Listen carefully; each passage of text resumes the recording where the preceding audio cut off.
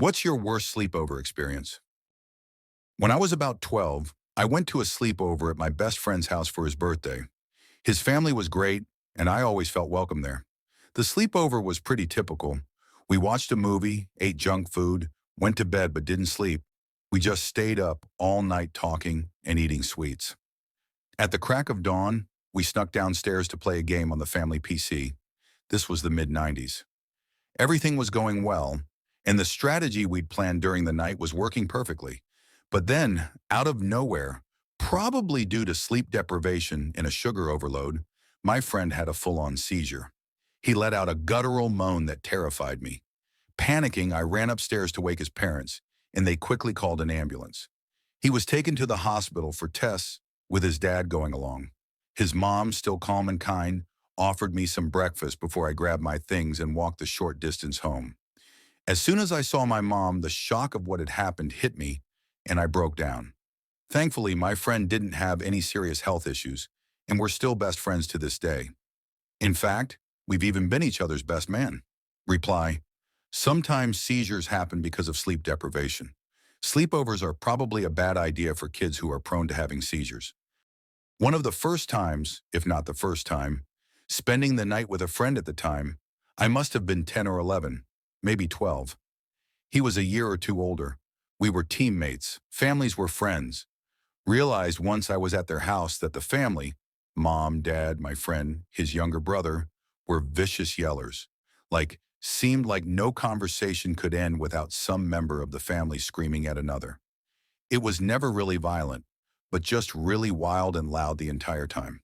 Culminated in the younger brother getting into a huge screaming fight with my friend, followed by his mom discovering my friend's ADHD meds were missing, followed by my friend being accused of stealing and selling his ADHD meds at school by both his parents, mom crying and dad absolutely furious, followed by a car ride to a gas station nearby to meet my parents so they could pick me up.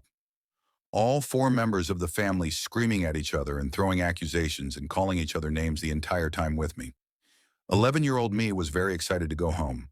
Reply: was he selling the meds? Editor: see, that's the part I never really figured out. It was my first exposure to drugs. I think it was Vyvanse or maybe Adderall. I didn't investigate, LOL. And as an 11-year-old, I was too afraid to ask my friend about it afterwards, and we all sort of just pretended it never happened. As I'm thinking about it, it must not have been the first time I spent the night there, but that was definitely the last of the very few times that I did. His mom threatening to go next door, where the sheriff lived, and bring him back to interrogate my friend, gave me enough trauma, I guess. To answer your question, though, knowing what I know now, he probably did take some of them to school to sell, given the accusations. Supposedly, the script had been refilled in the last 2 weeks or so, and the bottle was already empty. Reply: fair enough. Your friend must have some serious balls to sell Adderall at school, though. Stayed over a friend's house in high school. As the night wore on, realized that the house was riddled with cockroaches. They were even in the bed, slept on a chair because it was too late to go home. Reply: well, hate to break the news to you, but they were in the chair too if it was that bad. Those fuckers get into everything. When I was younger, my best friend and I had a sleepover, and we decided to play a prank on her older brother. We toilet papered the house while he was out. Well, he came home earlier than expected, caught us, and got really angry. We tried to hide the evidence, but my friend's parents found out and made us clean the entire yard with toothbrushes. It wasn't so much the prank that went wrong, but the endless punishment afterward that made it one of my least favorite sleepovers. One of the worst experiences I had was at a sleepover at my cousin's house. We stayed up late, watching movies and eating snacks. At some point, we noticed a shadow in the window of the neighbor's house. It was around 2 a.m., and we just couldn't shake the feeling that someone was watching us. We called my cousin's mom, who called the police. Turns out it was just the neighbor being weird and pacing around his house at odd hours. But it made the night feel incredibly unsettling. We had a sleepover planned at my best friend's house. But halfway through the night, she started complaining about feeling sick. She was vomiting, shaking, and couldn't even keep water down. Her parents ended up taking her to the emergency room, and I was left alone at the house, wondering if I'd somehow caused it, Turned out she had food poisoning from some leftover pizza. But for the longest time, I couldn't shake the feeling that I had something to do with it. At one sleepover, we decided to prank our friend by hiding all her stuff and making her think she was going crazy. We'd moved her shoes, took her phone, and rearranged her room. When she found out, she was furious. She locked herself in the bathroom and didn't speak to any of us for the rest of the night. It wasn't even a funny prank, and I felt horrible afterward. We all apologized, but it was a long time before she trusted us again. I'll never forget a sleepover I had at my friend's house when we were about 10. Her dog, which was usually really friendly, started acting aggressively out of nowhere. We were playing in the backyard and the dog just ran toward me and bit me. I had to go to the ER for stitches. Afterward, I couldn't look at the dog the same way, and my parents were really upset. We still went to school together, but I wasn't allowed to go to her house anymore. When I was about 12, I went to a sleepover at my best friend's house for his birthday. His family was great, and I always felt welcome there. The sleepover was pretty typical.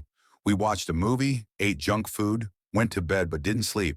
We just stayed up all night talking and eating sweets. At the crack of dawn, we snuck downstairs to play a game on the family PC. This was the mid-90s. Everything was going well, and the strategy we'd planned during the night was working perfectly. But then, out of nowhere, probably due to sleep deprivation and a sugar overload, my friend had a full-on seizure. He let out a guttural moan that terrified me. Panicking, I ran upstairs to wake his parents, and they quickly called an ambulance. He was taken to the hospital for tests, with his dad going along. His mom, still calm and kind, offered me some breakfast before I grabbed my things and walked the short distance home. As soon as I saw my mom, the shock of what had happened hit me, and I broke down. Thankfully, my friend didn't have any serious health issues, and we're still best friends to this day. In fact, we've even been each other's best man. Reply: sometimes seizures happen because of sleep deprivation. Sleepovers are probably a bad idea for kids who are prone to having seizures. One of the worst sleepovers I had was on my 16th birthday. My parents let me invite a few close friends over, but things took a turn when one of my friends made a scene. She didn't get along with another guest, and during the cake cutting, they started arguing.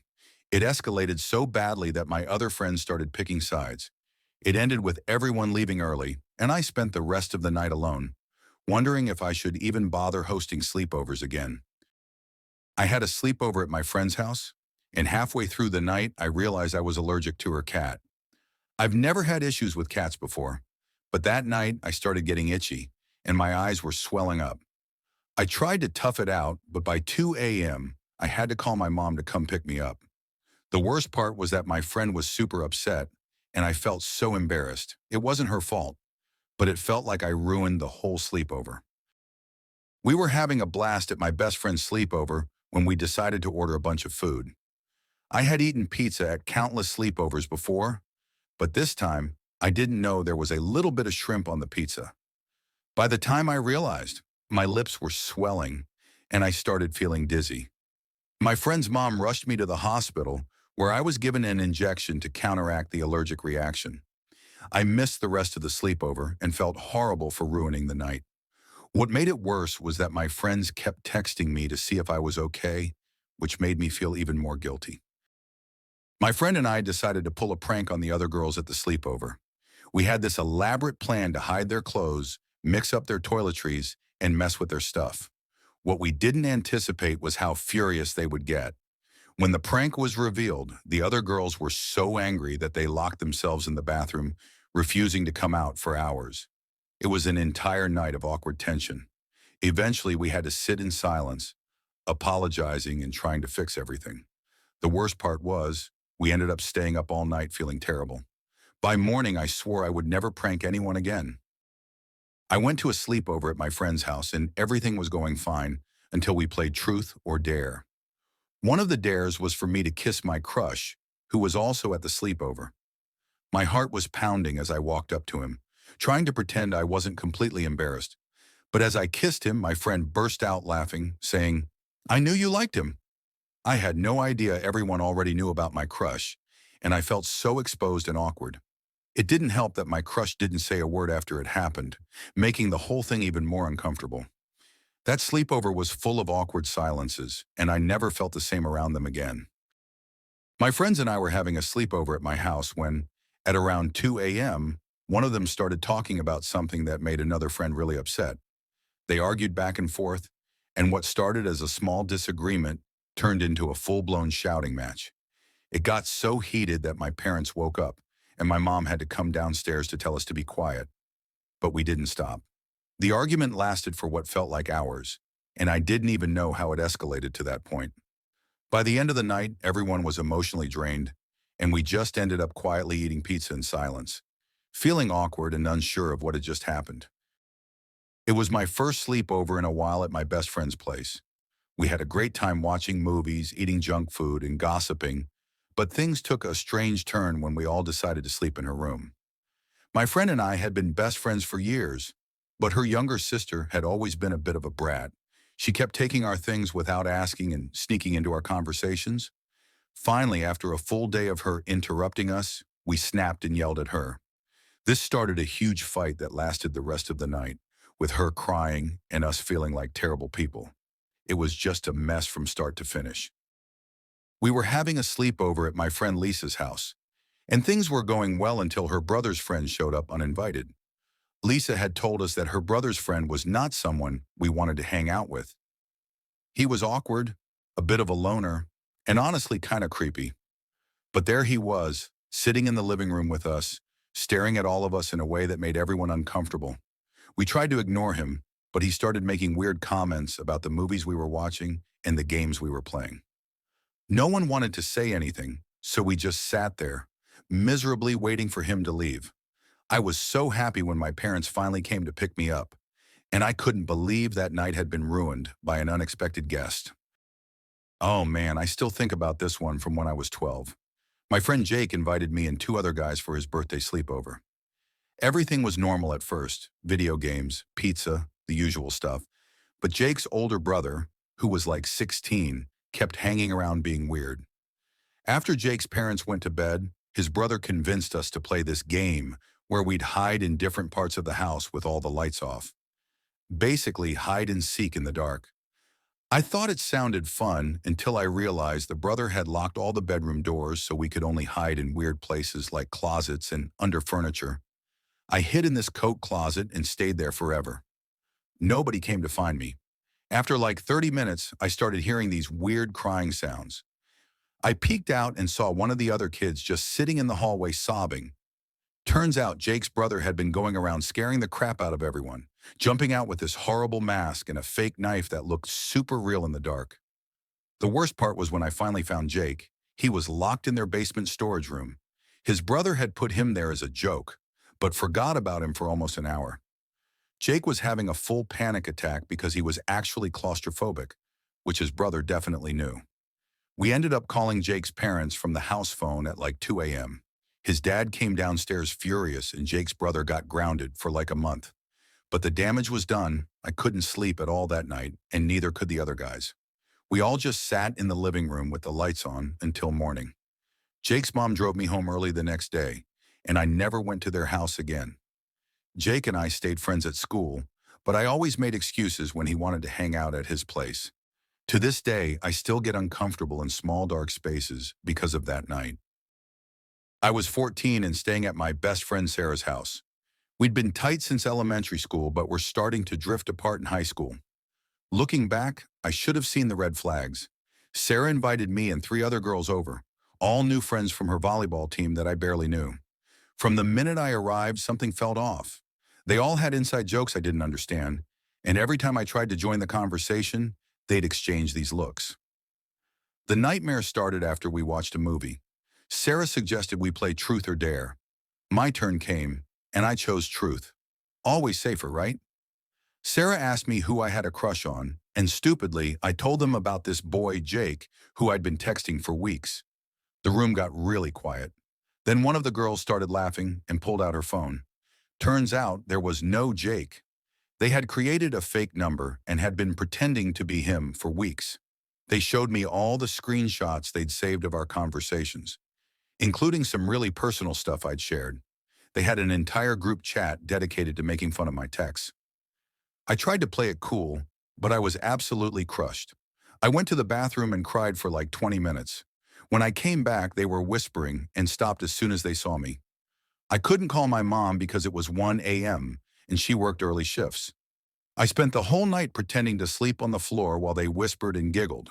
The next morning, I faked getting a text from my mom saying she needed me home early.